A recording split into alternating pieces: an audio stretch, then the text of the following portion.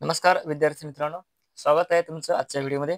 पहिलं गणित आहे, रेषीय जोडीतील एक कोन विशाल कोन तर दुसरा कोन कोणता असतो? ठीक आहे.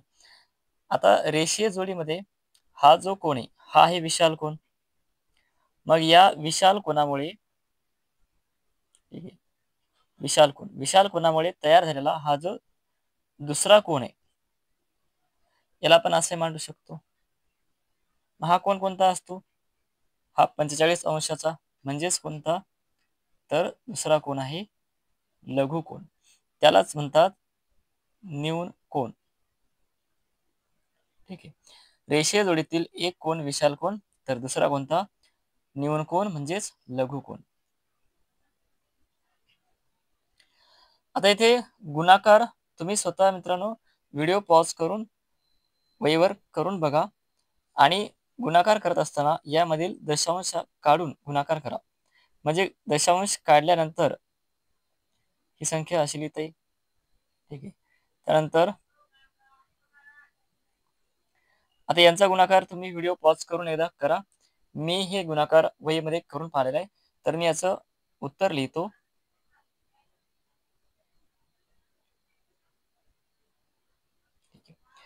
आता इथे एकूण किती घरानंतर दशांश होता?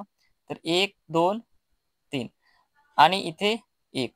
मग इथे एकूण 3 दशांश आणि इथे एकूण 1. म्हणजे एकूण दशांश किती झाले? 4. मग हे जे 4 दशांश आहेत, ते आलेल्या उत्तरामध्ये 4 घरं डावीकडे सरका आणि दशांश द्या. म्हणजे हे झालं 1, 2, 3, 4.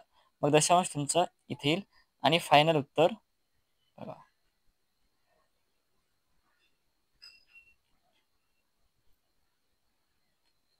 अगोदर दशांश काढून गुणाकार करा. नंतर आलेल्या उत्तरामध्ये एकूण दशांश मोजा आणि तेवढे घरं डावीकडे सरकून द्या. 65चे 1/5 गुणिले 8 भागीला 4 बघा. 65 गुणाकारामध्ये आहेत 1/5 8 भागीला 4 अधिक 14 वजा 30. मग कंचे भागू बेव या नियमानुसार आपण बघा चेला काय लिहिलं? चेला गुणाकार लिहिता ते आणि सुरुवातीला आपण काय करणार? यांचा भागाकार करणार. तर इकडे 65 गुणेला 1/5 आणि 8 भागीला 4 म्हणजे 2 अधिक 14 वजा 30. आता 5 ने 65 ला भाग दिला तर 13चा भाग येतो आणि 13 गुणिला 1 13, 13 गुणिला 2 26 अधिक 14 वजा 30. मग 26 आणि 4 30 आणि 10 किती होतात? 40. 40 वजा 30 बरोबर 10. या प्रश्नाचं उत्तर आहे बी. हमीदला दरमहा 28,000 रुपये पगार मिळतो. त्यापैकी घर खर्चावर 2/14 खर्च होतात.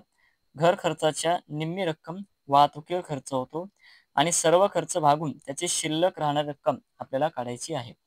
आता सुरुवातीला आपण एकूण खर्च किती झाला?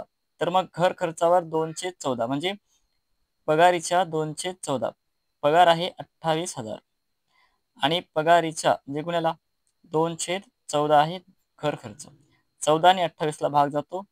14 दुनी 28 म्हणजे झाले हे 2,000 आणि 2 गुणिला 2 म्हणजे घर खर्चावर एकूण रक्कम किती झाली? 4,000 रुपये आणि घर खर्चाच्या निम्मी रक्कम वाहतुकीवर. आता निम्मी म्हणजेच काय? तर अर्धी रक्कम. मग 4च्या अर्धे किती होतात? 2,000. ठीक आहे. तर शिल्लक किती राहणार? खर्च किती झाली एकूण? 4 अधिक 2 6,000 रुपये एकूण खर्च झाले आणि एकूण आहे 28,000. मग 28 वजा 6 म्हणजे किती? 22. म्हणजे शिल्लक राहिलेली रक्कम किती? तर 22,000 रुपये. सी. 3 घनमीटर तेलाने 300 मिलीलीटर क्षमतेच्या किती बाटल्या भरल्या जातील? बघा इथे आहे घनमीटर आणि इकडे दिलेलं आहे मिलीलीटर. तर सुरुवातीला आपल्याला या घनमीटरचं रूपांतर लिटरमध्ये करायचं, त्यानंतर मिलीलीटरमध्ये करूया. तर 1 घनमीटर बघा 1 घनमीटर किंवा मीटर घन असं लिहितात हे. मग 1 घनमीटर म्हणजे किती लिटर? तर 1000 लिटर. मग 1 घनमीटर म्हणजे 1000 लिटर, तर 3 घनमीटर म्हणजे 3000 लिटर. ठीक आहे, 3 घनमीटर म्हणजे 3000 लिटर.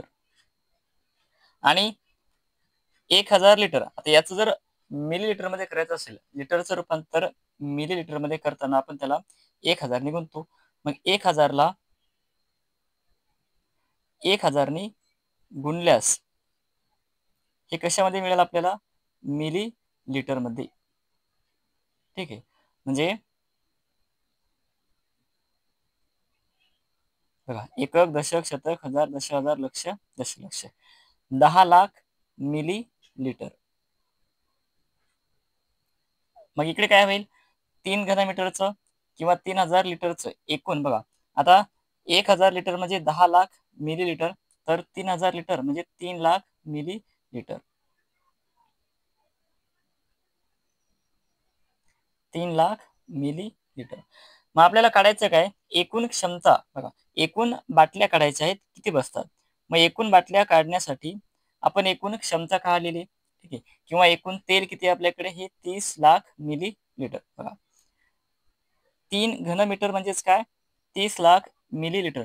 हे रूपांतर का केलं आपण? कारण आपल्याला जे दिलेलं आहे हे 300 मिली लिटरच्या किती बाटल्या भरतात, म्हणून आपण काय केलं? 3 घनमीटरचं रूपांतर मिली लिटर मध्ये अगोदर करून घेतलं. तर मग एकूण तेल आपल्याकडे किती आहे? 3 घनमीटर म्हणजेच 30 लाख मिलीमीटर. आणि बाटलीची क्षमता आहे 300 मिली लिटर. आता या 300 ने सरळ सरळ भाग जर दिला तसं चालते, तर 300 एक 300 आणि उरले बघा, म्हणजे एकक, दशक, शतक, हजार, दशहजार म्हणजेच 10,000 बाटल्या ह्या भरल्या जातील. धन्यवाद.